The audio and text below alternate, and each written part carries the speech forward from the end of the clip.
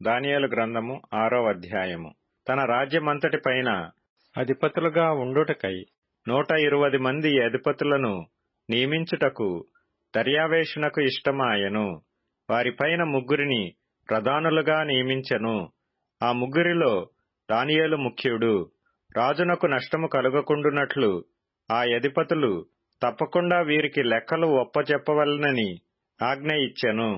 ఈ దానియేలు అతి శ్రేష్టమైన బుద్ధి గలవాడై ప్రధానులలోనూ అధిపతులలోనూ ప్రఖ్యాతి నొందియుండెను. గనుక రాజ్యమంతటి మీద అతని నియమింపవలెనని రాజుద్దేశించెను. అందుకా ప్రధానులను అధిపతులను రాజ్యపాలన విషయంలో దానియేలు మీద ఏదైనా ఒక నింద మోపవలెననియుండి తగిన హేతువు కనిపెట్టుచుండిరి. గాని దానియేలు నమ్మకస్తుడై ఏ నేరమైనను ఏ తప్పైనను చేయువాడు కాదు గనుక దానియేలులో తప్పైనను లోపమైనను కనుగొనలేకపోయిరి.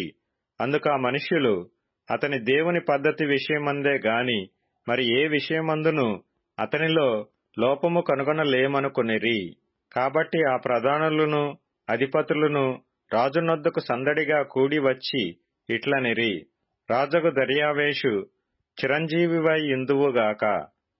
రాజ్యపు ప్రధానులు, సేనాధిపతులు, అధిపతులు, మంత్రులు, సంస్థానాధిపతులు అందరునూ కూడి రాజొక ఖండితమైన చట్టము స్థిరపరచి దానిని శాసనముగా చాటింపచేయునట్లు యోచన చేసిరి. ఎట్లనగా 30 దినముల వరకు నీ యొద్ద తప్ప మరి ఏ దేవుని యొద్దనైనను మానవుని యొద్దనైనను ఎవడునూ ఏ మనవియు చేయకూడదు. ఎవడైనను చేసిన ఎడల వాడు సింహముల గుహలో పడద్రోయబడును. రాజా, ఈ ప్రకారముగా రాజు శాసనము ఒకటి పుట్టించి మాదీయుల యొక్కయు పారసీకుల యొక్కయు పద్ధతిననుసరించి స్థిరమగు శాసనముగా ఉండునట్లు దానిమీద సంతకము చేయుమని మనవి చేసిరి. కాగా రాజగు దర్యావేషు శాసనము వ్రాయించి సంతకము చేసెను. ఇట్టి శాసనము సంతకము చేయబడినని దానియేలు తెలుసుకొనెను. అతడు తన ఇంటికి వెళ్లి యథాప్రకారముగా అనుదినము 3 మోకాళ్ళూని తన ఇంటి పైగది కిటికీలు యెరూషలేము తట్టునకు తెరువబడి యుండగా తన దేవునికి ప్రార్థన చేయుచు ఆయనను స్తుతించుచూ వచ్చెను. ఆ మనుష్యులు గుంపు కూడి వచ్చి దానియేలు తన దేవునికి ప్రార్థన చేయుటయు ఆయనను బతిమాలుకొనుటయు చూచి రాజు సముఖమునకు వచ్చి, శాసన విషయమును బట్టి రాజా, 30 దినముల వరకు నీకు తప్ప మరి ఏ దేవునికైనను మానవునికైనను ఎవడనూ ప్రార్థన చేయకూడదు. ఎవడైనా చేసిన ఎడల వాడు సింహముల గుహలో పడద్రోయబడునని నీవు ఆజ్ఞ ఇయ్యలేదా అని మనవి చేయగా, రాజు మాదీయుల యొక్కయు పారసీకుల యొక్కయు పద్ధతి ప్రకారము ఆ సంగతి స్థిరము, ఎవరునూ దాని రద్దుపరచజాలరనెను. అందుకు వారు, చెరపట్టబడిన యూదులలోనున్న ఆ దానియేలు నిన్నేగాని నీవు పుట్టించిన శాసనమునే గాని లక్ష్యపెట్టక అనుదినము 3 ప్రార్థన చేయుచూ వచ్చుచున్నాడనిరి. రాజు ఈ మాట విని బహుగా వ్యాకులపడి దానియేలును రక్షింపవలనని తన మనసు దృఢము చేసుకొని సూర్యుడస్తమించు వరకు అతని విడిపించుటకు ప్రయత్నము చేసెను. ఆ మనుష్యులు దీని చూచి రాజ సన్నిధికి సందడిగా కూడి వచ్చి, రాజా, రాజు స్థిరపరిచిన ఏ శాసనము గాని తీర్మానము గాని ఎవడనూ రద్దుపరచజాలడు. ఇది మాదీయులకును పారసీకులకును విధి అని తమరు తెలుసుకొనవలెననిరి. అంతట రాజు ఆజ్ఞ ఇయ్యగా బంట్రోవతులు దానియేలును పట్టుకొని పోయి సింహముల గుహలో పడద్రోసిరి. పడద్రోయగా రాజు, నీవు అనుదినము తప్పక సేవించుచున్న నీ దేవుడే నిన్ను రక్షించునని దానియేలుతో చెప్పెను. వారు ఒక రాయి తీసుకుని వచ్చి ఆ గుహ ద్వారమున వేసి దాని మూసిరి. మరియు దానియేలును గూర్చి రాజు యొక్క తీర్మానము మారునేమోయని రాజు ముద్రను అతని అధికారుల ముద్రను వేసి దాని ముద్రించిరి.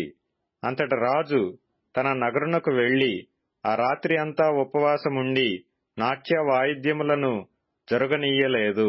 అతనికి నిద్ర పట్టకపోయెను. తెల్లవారుజామున రాజు వేగిరమే లేచి సింహముల గుహ దగ్గరకు త్వరపడిపోయెను.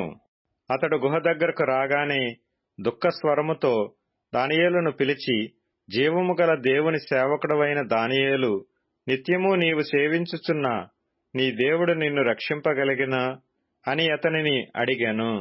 అందుకు దానియేలు, రాజు చిరకాలము జీవించునుగాక. నేను నా దేవుని దృష్టికి నిర్దోషినిగా కనబడితిని గనుక ఆయన తన దూత నంపించి సింహములు నాకు ఏ హానియూ చేయకుండా వాటి నోళ్లు మూయించెను. రాజా, నీ దృష్టికి నేను నేరము చేసిన వాడను కాను గదా అనెను. రాజు ఇందును గూర్చి అతి సంతోషభరితుడై దానియేలును గుహలో నుండి పైకి తీయుడని ఆజ్ఞ ఇయ్యగా ఒంట్రౌతులు దానియేలును బయటికి తీసిరి. అతడు తన దేవుని యందు భక్తి గలవాడైనందున అతనికి ఏ హానియూ కలగలేదు. రాజు ఆజ్ఞ ఇయ్యగా దానియేలు మీద నింద మోపిన ఆ మనుషులను వారు తోడుకొని వచ్చి సింహముల గుహలో పడద్రోసిరి. వారిని, వారి కుమారులను, వారి భార్యలను పడద్రోసిరి. వారా గుహ అడుగునకు రాకమునుపే సింహముల పాలైరి. సింహములు వారి ఎముకలను సహితము పగుల గొరికి పొడి చేసెను. అప్పుడు రాజగు దర్యావేషు లోకమంతటా నివసించు సకల జనులకును, రాష్ట్రములకును, ఆయా భాషలు మాట్లాడు వారికిని ఇలాగు వ్రాయించెను: మీకు క్షేమాభివృద్ధి కలుగునుగాక. నా సముఖమున నియమించినదేమనగా, నా రాజ్యములోని సకల ప్రభుత్వముల యందుండు నివాసులు దానియేలు యొక్క దేవునికి భయపడుచు ఆయన సముఖమున వణుకుచుండవలెను. ఆయనే జీవము గల దేవుడు, ఆయనే యుగయుగములుండువాడు. ఆయన రాజ్యము నాశనము కానేరదు. ఆయన ఆధిపత్యము తుదమట్టునకుండును. ఆయన విడిపించువాడును రక్షించువాడునై ఉండి పరమందును భూమి మీదను సూచక క్రియలను ఆశ్చర్య కార్యములను చేయువాడు. ఆయనే సింహముల నోట నుండి ఈ దానియేలును రక్షించెను అని వ్రాయించెను. ఈ దానియేలు దర్యావేషు ప్రభుత్వ కాలమందును పారసీకుడగు కోరెషు ప్రభుత్వ కాలమందును వర్ధిల్లెను. దానియేలు 7వ అధ్యాయం. బబులోను రాజు బెల్షస్సరు యొక్క పరిపాలనలో మొదటి సంవత్సరమున దానియేలునకు దర్శనములు కలిగెను. అతడు తన పడక మీద పరుండి ఒక కల కని ఆ కల సంగతిని సంక్షేపముగా వివరించి వ్రాసెను. దానియేలు వివరించి చెప్పినదేమనగా, రాత్రి అందు దర్శనములు కలిగినప్పుడు నేను తేరి చూచుచుండగా ఆకాశపు నలుదిక్కుల నుండి సముద్రము మీద గాలి విసురుట నాకు కనబడెను. అప్పుడు 4 మిక్కిలి గొప్ప జంతువులు మహాసముద్రములో నుండి పైకెక్కెను. ఆ జంతువులు ఒకదానికొకటి భిన్నములై ఉండెను. మొదటిది సింహమును పోలినది గాని దానికి పక్షిరాజు రెక్కల వంటి రెక్కలుండెను. నేను చూచుచుండగా దాని రెక్కలు తీయబడినవి గనుక మనుష్యుని వలె అది పాదములు పెట్టుకుని నేలపైన నిలువబడెను. మరియు మానవ మనస్సు వంటి మనస్సు దానికి ఇయ్యబడెను. రెండవ జంతువు ఎలుగుబంటిని పోలినది. అది ఒక పార్శ్వం మీద పండుకుని తన నోట పండ్ల మధ్య 3 ప్రక్కటెముకలను పట్టుకునినది. కొందరు, లెమ్ము, విస్తారముగా మాంసము భక్షించుము అని దానితో చెప్పిరి. అటు పిమ్మట చిరుత పులిని పోలిన మరి ఒక జంతువును చూచితిని. దాని వీపున పక్షి రెక్కల వంటి 4 రెక్కలుండెను. దానికి 4 తలలుండెను. దానికి ఆధిపత్యమియ్యబడెను. పిమ్మట రాత్రి అందు నాకు దర్శనములు కలిగినప్పుడు నేను చూచుచుండగా ఘోరమును భయంకరమునగు 4వ జంతువు ఒకటి కనబడెను. అది తనకు ముందుగా నుండిన ఇతర జంతువులకు భిన్నమైనది. అది మహాబల మహాత్యములు గలది. దానికి పెద్ద ఇనుప దంతములను 10 కొమ్ములు ఉండెను. అది సమస్తమును భక్షించుచు తుత్తినీయులుగా చేయుచు మిగిలిన దానిని కాళ్ల క్రింద అణగదొరుకుచుండెను. నేను ఈ కొమ్ములను కనిపెట్టగా ఒక చిన్న కొమ్ము వాటి మధ్యను లేచెను. దానికి స్థలమిచ్చుటకై ఆ కొమ్ములలో 3 పెరికి వేయబడినవి. ఈ కొమ్మునకు మానవుల కన్నుల వంటి కన్నులను గర్వముగా మాటలాడు నోరును ఉండెను. ఇంకా సింహాసనములను వేయుట చూచితిని. మహావృద్ధుడొకడు కూర్చుండెను. ఆయన వస్త్రము హిమము వలె ధవళముగాను, ఆయన తల వెండ్రుకలు శుద్ధమైన గొర్రె బొచ్చు వలె తెల్లగాను ఉండెను. ఆయన సింహాసనము అగ్ని జ్వాలల వలె మండుచుండెను. దాని చక్రములు అగ్ని వలె ఉండెను. అగ్ని వంటి ప్రవాహము ఆయన యొద్ద నుండి ప్రవహించుచుండెను. వేవేల కొలది ఆయనకు పరిచారకులుండిరి, కోట్ల కొలది మనుష్యులు ఆయన ఎదుట నిలిచిరి. తీర్పు తీర్చుటకై గ్రంథములు తెరవబడెను. అప్పుడు నేను చూచుచుండగా ఆ కొమ్ము పలుకుచున్న మహాగర్వపు మాటల నిమిత్తము వారు ఆ జంతువును చంపినట్టు కనబడెను. తరువాత దాని కళేబరము మండుచున్న అగ్నిలో వేయబడెను. మిగిలిన ఆ జంతువుల ప్రభుత్వము తొలగిపోయెను. సమయము వచ్చు వరకు అవి సజీవుల మధ్యను ఉండవలనని ఒక సమయము, ఒక కాలము వాటికి ఏర్పాటాయెను. రాత్రి కలిగిన దర్శనములను నేనింకా చూచుచుండగా ఆకాశ మేఘారూఢుడై మనుష్య కుమారుని పోలిన ఒకడు వచ్చి ఆ మహావృద్ధుడగు వాని సన్నిధిని ప్రవేశించి ఆయన సముఖమునకు తేబడెను. సకల జనులను, రాష్ట్రములను, ఆయా భాషలు మాటలాడువారును ఆయనను సేవించున్నట్లు ప్రభుత్వమును, మహిమయు, ఆధిపత్యమును ఆయన కీయబడును. ఆయన ప్రభుత్వము శాశ్వతమైనది, అదెన్నటికి తొలగిపోదు. ఆయన రాజ్యం ఎప్పుడునూ లయము కాదు. నాకు కలిగిన దర్శనములు నన్ను కలవరపరచుచున్నందున దానియేలును నేను నా దేహములో మనోదుఃఖము గలవాడనైతిని. నేను దగ్గర నిలిచి ఉన్న వారిలో ఒకని యొద్దకు పోయి ఇందును గూర్చిన నిజమంతయు నాకు చెప్పుమని అడుగగా అతడు నాతో మాటలాడి ఆ సంగతుల భావమును నాకు తెలియజేసెను. ఎట్లనగా, ఈ మహాజంతువులు నాలుగై ఉండి లోకమందు ప్రభుత్వము చేయబోవు నలుగురు రాజులను సూచించుచున్నవి. అయితే మహోన్నతుని పరిశుద్ధులే రాజ్యాధికారమునందుదురు. వారు యుగయుగములు, యుగ యుగాంతముల వరకు రాజ్యమెలుదురు. ఇనప దంతములను, ఇత్తడి గోళ్లను గల ఆ నాలుగవ జంతువు సంగతి ఏమైనదని నేను తెలుసుకొనగోరితిని. అది ఎన్నటికీ భిన్నమును మిగుల భయంకరమునై సమస్తమును పగలగొట్టుచు మ్రింగుచు మిగిలిన దానిని కాళ్ల క్రింద అణగదొరుకుచుండెను. మరియు దాని తలపైనున్న 10 కొమ్ముల సంగతియు వాటి మధ్య నుండి పెరిగి 3 కొమ్ములను కొట్టివేసి కన్నులను గర్వముగా మాటలాడు నోరును గల ఆ వేరగు కొమ్ము సంగతియు, అనగా దాని కడమ కొమ్ముల కంటే బలము కలిగిన ఆ కొమ్ము సంగతియు విచారించి తిని, ఈ కొమ్ము పరిశుద్ధులతో యుద్ధము చేయుచు వారిని గెలుచునదాయను. ఆ మహావృద్ధుడు వచ్చి మహోన్నతుని పరిశుద్ధుల విషయములో తీర్పు తీర్చు వరకు అలాగు జరుగును గాని సమయము వచ్చినప్పుడు ఆ పరిశుద్ధులు రాజ్యము నేలుదురను సంగతి నేను గ్రహించి తిని. నేనడిగిన దానికి ఆ పరిచారకుడు ఇలాగున చెప్పెను, ఆ 4వ జంతువు లోకములో తక్కిన ఆ 3 రాజ్యములకు భిన్నమగు 4వ రాజ్యమును సూచించుచున్నది. అది సమస్తమును అణగదొరుకుచు పగులగొట్టుచు లోకమంతయు భక్షించును. ఆ 10 కొమ్ములు ఆ రాజ్యము నుండి పుట్టబో 10 మంది రాజులను సూచించుచున్నవి. కడపట ముందుగా ఉన్న రాజులకు భిన్నమగు మరి ఒక రాజు పుట్టి ఆ 3 రాజులను పడద్రోయును. ఆ రాజు మహోన్నతునికి విరోధముగా మాటలాడుచు మహోన్నతుని భక్తులను నలుగుగొట్టును. అతడు పండుగ కాలములను, న్యాయ పద్ధతులను నివారణ చేయబూనుకొనును.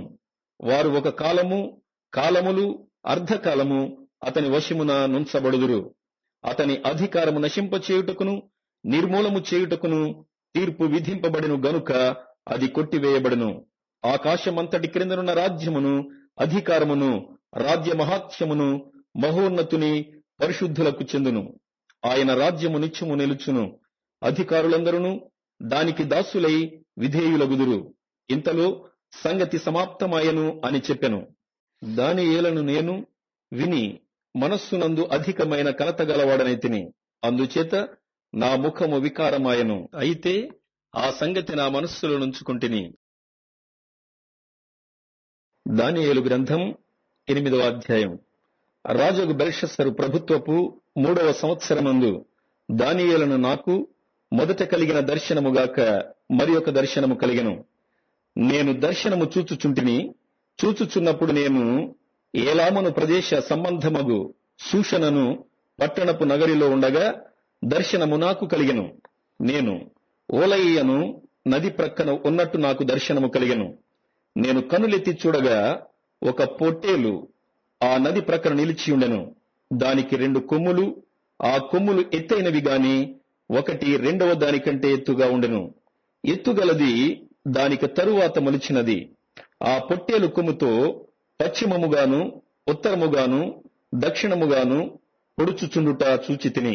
ఇట్లు జరుగగా దానిని ఎదిరించుటకైనను అది పట్టకుండా తప్పించుకొనుటకైనను ఏ జంతువునకును శక్తి లేకపోయెను. అది తనకిష్టమైనట్టుగా జరిగించుచు బలము చూపుచూ వచ్చెను. నేను ఈ సంగతి ఆలోచించుచుండగా ఒక మేకపోతు పడమటి నుండి వచ్చి కాళ్ళు నేల మోపకుండా భూమి అందంతటా పరుగులెత్తెను.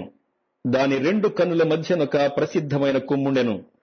ఈ మేకపోతు నేను నది ప్రక్కన నిలుచుట చూచిన 2 కొమ్ములు గల పొట్టేలు సమీపమునకు వచ్చి భయంకరమైన కోపముతోనూ బలముతోనూ దాని మీదికి ఢీకొని వచ్చెను. నేను చూడగా ఆ మేకపోతు పొట్టేలును కలుసుకుని మిక్కిలి రౌద్రము గలదై దాని మీదికి వచ్చి ఆ పొట్టేలును గెలిచి దాని 2 కొమ్ములను పగలగొట్టెను.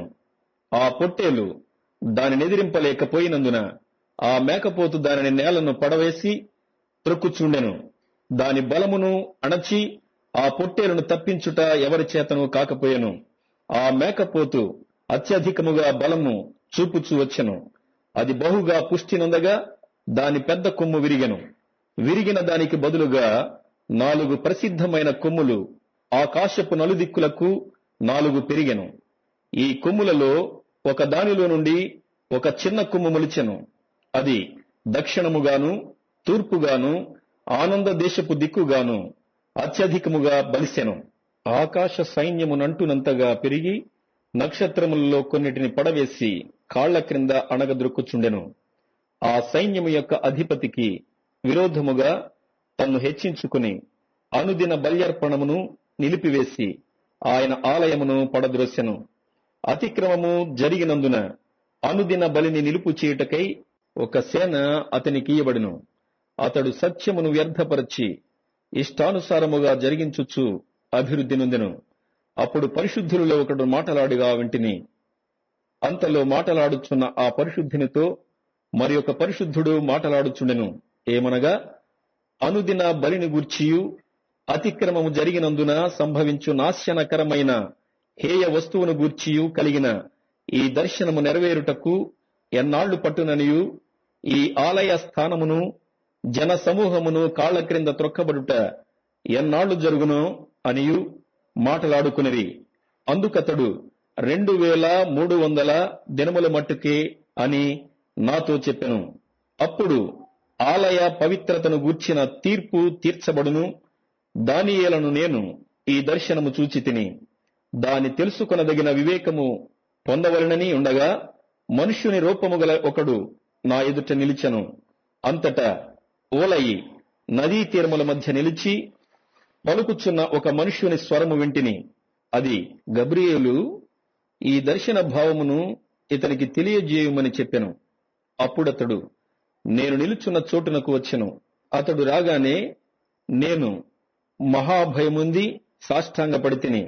అతడు, నరపుత్రుడా, ఈ దర్శనము అంత్యకాలమును గూర్చినదని తెలుసుకొనమనెను.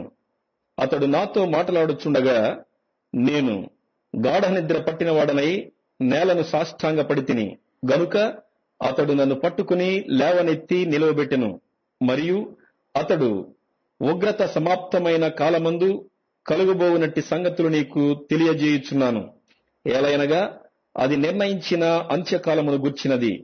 నీవు చూచిన 2 కొమ్ములు గల ఆ పొట్టేలున్నదే, అది మాదీయుల యొక్కయు పారసీకుల యొక్కయు రాజులను సూచించుచున్నది. బొత్సుగల ఆ మేకపోతు గ్రీకుల రాజు. దాని 2 కన్నుల మధ్యనున్న ఆ పెద్ద కొమ్ము వారి మొదటి రాజును సూచించుచున్నది. అది పెరిగిన పిమ్మట దానికి బదులుగా 4 కొమ్ములు పుట్టినవి గదా. 4 రాజులు ఆ జనములో నుండి పుట్టుదురు గాని వారు అతనికున్న బలము గలవారుగా ఉండరు. వారి ప్రభుత్వం యొక్క అంతములో వారి అతిక్రమములు సంపూర్తి అగుచుండగా క్రూర ముఖము గలవాడును యుక్తి గలవాడునయుండి ఉపాయము తెలుసుకొను ఒక రాజు పుట్టును. అతడు గెలుచును గాని తన స్వబలము వలన గెలవడు. ఆశ్చర్యముగా శత్రువులను నాశనము చేయుటయందు అభివృద్ధి పొందుచు ఇష్టమైనట్టుగా జరిగించుచు బలవంతులను అనగా పరిశుద్ధ జనమును నశింపజేయును. మరియు అతడు ఉపాయము కలిగిన వాడై మోసము చేసి తనకు లాభము తెచ్చుకొనును. అతడు అతిశయపడి తన్ను తాను హెచ్చించుకొనును. క్షేమముగానున్న కాలమందు అనేకులను సంహరించును. అతడు రాజాధిరాజుతో యుద్ధము చేయును గాని కడపట అతని బలము దైవాధీనము వలన కొట్టివేయబడును. ఆ దినములను గూర్చిన దర్శనమును వివరించియున్నాను. అది వాస్తవము. అది అనేక దినములు జరిగిన పిమ్మట నెరవేరును. నీవైతే ఈ దర్శనము వెల్లడి చేయుకుమనెను. ఈ దర్శనము కలుగగా దానియేలను నేను మూర్ఛిల్లి కొన్నాళ్లు వ్యాధిగ్రస్తుడనయుంటిని.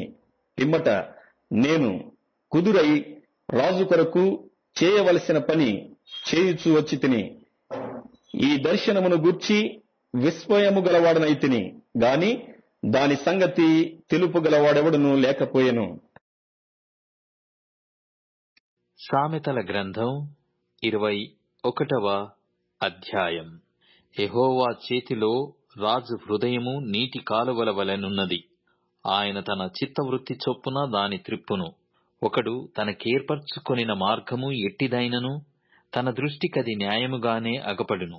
యెహోవాయే హృదయములను పరిశీలన చేయువాడు. నీతి న్యాయములను అనుసరించి నడుచుకొనుట బలులనర్పించుట కంటే యెహోవాకు ఇష్టము. అహంకార దృష్టియు గర్వ హృదయమును భక్తిహీనుల క్షేమమును పాపయుక్తములు. శ్రద్ధ గలవారి యోచనలు లాభకరములు. తాలిమి లేక పనిచేయువానికి నష్టమే ప్రాప్తించును. అబద్ధములాడి ధనము సంపాదించుకొనుట ఊపిరితో సాటి. దానిని కోరువారు మరణమును కోరుకొందురు. భక్తిహీనులు న్యాయము చేయనొల్లరు. వారు చేయు బలత్కారము వారిని కొట్టుకొని పోవును. దోషభరితుని మార్గము మిక్కిలి వంకర మార్గము. పవిత్రుల కార్యము యథార్థము. గయ్యాలితో పెద్ద ఇంట నుండుట కంటే మిద్దె మీదనొక మూలను నివసించుట మేలు. భక్తిహీనుని మనస్సు కీడు చేయగోరును. వాడు తన పొరుగువానికైనను దయతలచడు. అపహాసకుడు దండింపబడుట చూచి జ్ఞానము లేనివాడు జ్ఞానము పొందును. జ్ఞానము గలవాడు ఉపదేశము వలన తెలివినొందును. నీతిమంతుడైన వాడు భక్తిహీనుని ఇల్లు ఏమైనది కనిపెట్టును. భక్తిహీనులను ఆయన నాశనములో కూల్చును. దరిద్రుల మొర వినక చెవిమూసికొనువాడు తాను మొర్రపెట్టినప్పుడు అంగీకరింపబడడు. చాటున ఇచ్చిన బహుమానము కోపము చల్లార్చును. ఒడిలోనుంచబడిన కానుక మహాక్రోధమును శాంతిపరచును. న్యాయమైన క్రియలు చేయుట నీతిమంతునికి సంతోషకరము. పాపము చేయు వారికి అది భయంకరము. వివేక మార్గము విడిచి తిరుగువాడు ప్రేతల గుంపులో కాపురముండును. సుఖభోగముల యందు వాంఛగలవానికి లేమి కలుగును. ద్రాక్షారసమును నూనెయు వాంఛించువానికి ఐశ్వర్యము కలుగదు. నీతిమంతుని కొరకు భక్తిహీనులు ప్రాయశ్చిత్తమగుదురు. యథార్థవంతులకు ప్రతిగా విశ్వాసఘాతకులు కూలుదురు. ప్రాణము విసికించు జగడ కొండి దానితో కాపరము చేయుట కంటే అరణ్య భూమిలో నివసించుట మేలు. విలువగల ధనమును నూనెయు జ్ఞానుల ఇంట నుండును. బుద్ధిహీనుడు దాని వ్యయపరచును. నీతిని కృపను అనుసరించువాడు జీవమును నీతిని ఘనతను పొందును. జ్ఞాని అయిన యొక్కడు పరాక్రమశాలుల పట్టణ ప్రాకారమెక్కును. అట్టివాడు దానికి ఆశ్రయమైన కోటను పడగొట్టును. నోటిని నాలుకను భద్రము చేసుకొనువాడు శ్రమల నుండి తన ప్రాణమును కాపాడుకొనును. అహంకారి అయిన గర్విష్ఠునికి అపహాసకుడని పేరు. అట్టివాడు అమిత గర్వముతో ప్రవర్తించును. సోమరి వాని చేతులు పనిచేయనొల్లవు. వాని ఇచ్ఛ వాని చంపును. దినమెల్లా ఆశలు పుట్టుచుండును. నీతిమంతుడు వెనుకతీయక ఇచ్చుచుండును. భక్తిహీనులు అర్పించు బలులు హేయములు. దురాలోచనతో అర్పించిన ఎడల అవి మరి హేయములు. కూట సాక్షి నశించును. విని మాటలాడువాడు సత్యము పలుకును. భక్తిహీనుడు తన ముఖమును మార్చుకొనును. యథార్థవంతుడు తన ప్రవర్తనను చక్కపరుచుకొనును. యెహోవాకు విరోధమైన జ్ఞానమైనను వివేచనయైనను ఆలోచనయైనను నిలువదు. యుద్ధ దినమునకు గుర్రములను ఆయుత్తపరచుట కద్దు గాని రక్షణ యెహోవా ఆధీనము. యోహాను వ్రాసిన మొదటి పత్రిక 3వ అధ్యాయము. మనము దేవుని పిల్లలమని పిలువబడినట్లు తండ్రి మనకెట్టి ప్రేమను అనుగ్రహించెనో చూడుడి. మనము దేవుని పిల్లలమే.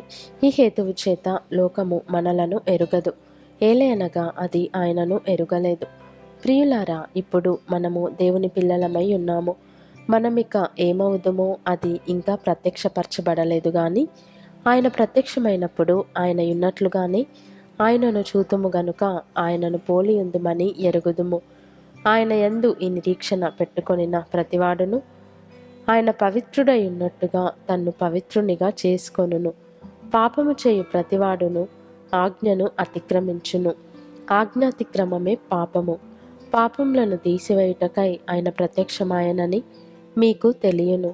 ఆయన యందు పాపమేమీ లేదు. ఆయన యందు నిలిచియుండు వాడెవడును పాపము చేయడు. పాపము చేయువాడెవడును ఆయనను చూడను లేదు, ఎరుగను లేదు. చిన్నపిల్లలారా, ఎవనిని మిమ్మును మోసపరచనీయకుడి. ఆయన నీతిమంతుడై ఉన్నట్టు నీతిని జరిగించు ప్రతివాడును నీతిమంతుడు. అపవాది మొదట నుండి పాపము చేయుచున్నాడు గనుక పాపము చేయువాడు అపవాది సంబంధి. అపవాది యొక్క క్రియలను లయపరచుటకే దేవుని కుమారుడు ప్రత్యక్షమాయెను. దేవుని మూలముగా పుట్టిన ప్రతివానిలో ఆయన బీజము నిలుచును గనుక వాడు పాపము చేయడు. వాడు దేవుని మూలముగా పుట్టినవాడు గనుక పాపము చేయజాలడు. దీనిని బట్టి దేవుని పిల్లలెవరో అపవాది పిల్లలెవరో తేటపడును. నీతిని జరిగించని ప్రతివాడును తన సహోదరుని ప్రేమింపని ప్రతివాడును దేవుని సంబంధులు కారు. మనమొకనినొకడు ప్రేమింపవలెననున్నది మొదట నుండి మీరు వినిన వర్తమానమే గదా. మనము కయీను వంటి వారమై ఉండరాదు. వాడు దుష్టుని సంబంధి అయి తన సహోదరుని చంపెను. వాడతనిని ఎందుకు చంపెను? తన క్రియలు చెడ్డవియు తన సహోదరుని క్రియలు నీతిగలవియునై ఉండెను గనుకనే గదా. సహోదరులారా, లోకము మిమ్మును ద్వేషించిన ఎడల ఆశ్చర్యపడకుడి. మనము సహోదరులను ప్రేమించుచున్నాము గనుక మరణంలో నుండి జీవములోనికి దాటియున్నామని ఎరుగుదుము. ప్రేమ లేనివాడు మరణమందు నిలిచియున్నాడు. తన సహోదరుని ద్వేషించువాడు నరహంతకుడు. ఏ నరహంతకుని అందును నిత్యజీవముండదని మీరెరుగుదురు. ఆయన మన నిమిత్తము తన ప్రాణము పెట్టెను గనుక దీని వలన ప్రేమ ఎట్టిదని తెలుసుకొనుచున్నాము. మనము కూడా సహోదరుల నిమిత్తము మన ప్రాణములను పెట్టబద్ధులమై ఉన్నాము. ఈ లోకపు జీవనోపాధి గలవాడై ఉండి తన సహోదరునికి లేమి కలుగుట చూచియు అతని ఎడల ఎంత మాత్రమును కనికరము చూపని వాని యందు దేవుని ప్రేమ ఎలాగు నిలుచును? చిన్నపిల్లలారా, మాటతోనూ నాలుకతోనూ కాక క్రియతోనూ సత్యముతోనూ ప్రేమింతము. ఇందువలన మనము సత్య సంబంధులమని ఎరుగుదుము. దేవుడు మన హృదయము కంటే అధికుడై సమస్తమును ఎరిగియున్నాడు గనుక మన హృదయము ఏ ఏ విషయములలో మనయందు దోషారోపణ చెయ్యునో ఆయా విషయములలో ఆయన ఎదుట మన హృదయములను సమ్మతిపరచుకొందము. ప్రియులారా, మన హృదయము మనయందు దోషారోపణ చేయని ఎడల దేవుని ఎదుట ధైర్యము గలవారమగుదుము. మరియు మనం ఆయన ఆజ్ఞలను గైకొనుచు ఆయన దృష్టికి ఇష్టమైనవి చేయుచున్నాము గనుక మనమేమి అడిగినను అది ఆయన వలన మనకు దొరుకును. ఆయన ఆజ్ఞ ఏదనగా ఆయన కుమారుడైన యేసుక్రీస్తు నామమును నమ్ముకొని ఆయన మనకు ఆజ్ఞనిచ్చిన ప్రకారముగా ఒకరినొకడు ప్రేమింపవలెననున్నదియే. ఆయన ఆజ్ఞలను గైకొనువాడు ఆయన యందు నిలిచియుండును, ఆయన వాని యందు నిలిచియుండును. ఆయన మన యందు నిలిచియున్నాడని ఆయన మనకు అనుగ్రహించిన ఆత్మ మూలముగా తెలుసుకొనుచున్నాము. యోహాను వ్రాసిన మొదటి పత్రిక 4వ అధ్యాయము. ప్రియులారా, అనేకులైన అబద్ధ ప్రవక్తలు లోకములోనికి బయలువెళ్ళి ఉన్నారు గనుక ప్రతి ఆత్మను నమ్మక ఆయా ఆత్మలు దేవుని సంబంధమైనవో కావో పరీక్షించుడి. యేసుక్రీస్తు శరీరధారి అయి వచ్చెనని ఏ ఆత్మ ఒప్పుకొనునో అది దేవుని సంబంధమైనది. ఏ ఆత్మ యేసును ఒప్పుకొనదో అది దేవుని సంబంధమైనది కాదు. దీనిని బట్టియే దేవుని ఆత్మను మీరెరుగుదురు. క్రీస్తు విరోధి ఆత్మ వచ్చునని మీరు వినిన సంగతి ఇదే. ఇదివరకే అది లోకములో ఉన్నది. చిన్నపిల్లలారా, మీరు దేవుని సంబంధులు. మీలో ఉన్నవాడు లోకములో ఉన్నవాని కంటే గొప్పవాడు గనుక మీరు వారిని జయించి ఉన్నారు. వారు లోక సంబంధులు గనుక లోక సంబంధులైనట్టు మాటలాడుదురు. లోకము వారి మాట వినును. మనము దేవుని సంబంధులము. దేవుని ఎరిగినవాడు మన మాట వినును. దేవుని సంబంధి కానివాడు మన మాట వినడు. ఇందువలన మనము సత్యస్వరూపమైన ఆత్మ ఏదో, భ్రమపరచు ఆత్మ ఏదో తెలుసుకొనుచున్నాము. ప్రియులారా, మనము ఒకరినొకడు ప్రేమింతము. ఏలయనగా ప్రేమ దేవుని మూలముగా కలుగుచున్నది. ప్రేమించు ప్రతివాడును దేవుని మూలముగా పుట్టినవాడై దేవుని ఎరుగును. దేవుడు ప్రేమ స్వరూపి. ప్రేమ లేనివాడు దేవుని ఎరుగడు. మనము ఆయన ద్వారా జీవించినట్లు దేవుడు తన అద్వితీయ కుమారుని లోకములోనికి పంపెను. దీని వలన దేవుడు మన యందుంచిన ప్రేమ ప్రత్యక్షపరచబడెను. మనము దేవుని ప్రేమించితిమని కాదు, తానే మనలను ప్రేమించి మన పాపములకు ప్రాయశ్చిత్తమై ఉండుటకు తన కుమారుని పంపెను. ఇందులో ప్రేమయున్నది. ప్రియులారా, దేవుడు మనలను ఈలాగు ప్రేమింపగా మనమొకరినొకడు ప్రేమింపబద్ధులమై ఉన్నాము. ఏ మానవుడును దేవుని ఎప్పుడునూ చూచి ఉండలేదు. మనమొకరినొకడు ప్రేమించిన ఎడల దేవుడు మన యందు నిలిచియుండును. ఆయన ప్రేమ మన యందు సంపూర్ణమగును. దీని వలన మనము ఆయన యందు నిలిచియున్నామనియు ఆయన మన యందున్నాడనియు తెలుసుకొనుచున్నాము. ఏలయనగా ఆయన మనకు తన ఆత్మలో పాలు దయచేసి ఉన్నాడు. మరియు తండ్రి తన కుమారుని లోకరక్షకుడుగా ఉండుటకు పంపియుండుట మేము చూచి సాక్ష్యమిచ్చుచున్నాము. యేసు దేవుని కుమారుడని ఎవడు ఒప్పుకొనునో వానిలో దేవుడు నిలిచి ఉన్నాడు. వాడు దేవుని యందున్నాడు. మన ఎడల దేవునికి ఉన్న ప్రేమను మనం ఎరిగిన వారమై దాన్ని నమ్ముకొని ఉన్నాము. దేవుడు ప్రేమ స్వరూపి అయి ఉన్నాడు. ప్రేమ యందు నిలిచి ఉండువాడు దేవుని యందు నిలిచి ఉన్నాడు. దేవుడు వాని యందు నిలిచి ఉన్నాడు. తీర్పు దినమందు మనకు ధైర్యము కలుగునట్లు దీని వలన ప్రేమ మనలో పరిపూర్ణము చేయబడి ఉన్నది. ఏలయనగా ఆయన ఎట్టివాడై ఉన్నాడో మనము కూడా ఈ లోకములో అట్టివారమై ఉన్నాము. ప్రేమలో భయముండదు. అంతేకాదు, పరిపూర్ణ ప్రేమ భయమును వెళ్ళగొట్టును. భయము దండనతో కూడినది. భయపడువాడు ప్రేమయందు పరిపూర్ణము చేయబడినవాడు కాడు. ఆయనే మొదట మనలను ప్రేమించెను గనుక మనము ప్రేమించుచున్నాము. ఎవడైనను నేను దేవుని ప్రేమించుచున్నానని చెప్పి తన సహోదరుని ద్వేషించిన ఎడల అతడు అబద్ధికుడగును. తాను చూచిన తన సహోదరుని ప్రేమింపనివాడు తాను చూడని దేవుని ప్రేమింపలేడు. దేవుని ప్రేమించువాడు తన సహోదరుని కూడా ప్రేమింపవలెనను ఆజ్ఞను మనం ఆయన వలన పొందియున్నాము. యోహాను వ్రాసిన మొదటి పత్రిక 5వ అధ్యాయము. యేసే క్రీస్తై ఉన్నాడని నమ్ము ప్రతివాడును దేవుని మూలముగా పుట్టియున్నాడు. పుట్టించిన వానిని ప్రేమించు ప్రతివాడును ఆయన మూలముగా పుట్టిన వానిని ప్రేమించును.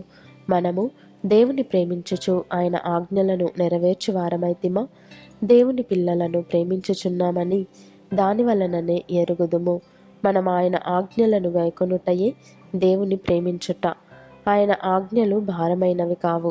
దేవుని మూలముగా పుట్టిన వారందరూ లోకమును జయించుదురు. లోకమును జయించిన విజయము మన విశ్వాసమే. యేసు దేవుని కుమారుడని నమ్మువాడు తప్ప లోకమును జయించువాడు మరి ఎవడు? నీళ్ల ద్వారాను రక్తము ద్వారాను వచ్చినవాడు ఈయనే, అనగా యేసుక్రీస్తే. ఈయన నీళ్లతో మాత్రమే గాక నీళ్లతోనూ రక్తముతోనూ వచ్చెను. ఆత్మ సత్యము గనుక సాక్ష్యమిచ్చువాడు ఆత్మయే. సాక్ష్యమిచ్చువారు ముగ్గురు, అనగా ఆత్మయు నీళ్లును రక్తమును. ఈ ముగ్గురు ఏకీభవించి ఉన్నారు. మనము మనుష్యుల సాక్ష్యము అంగీకరించుచున్నాము గదా. దేవుని సాక్ష్యము మరి బలమైనది.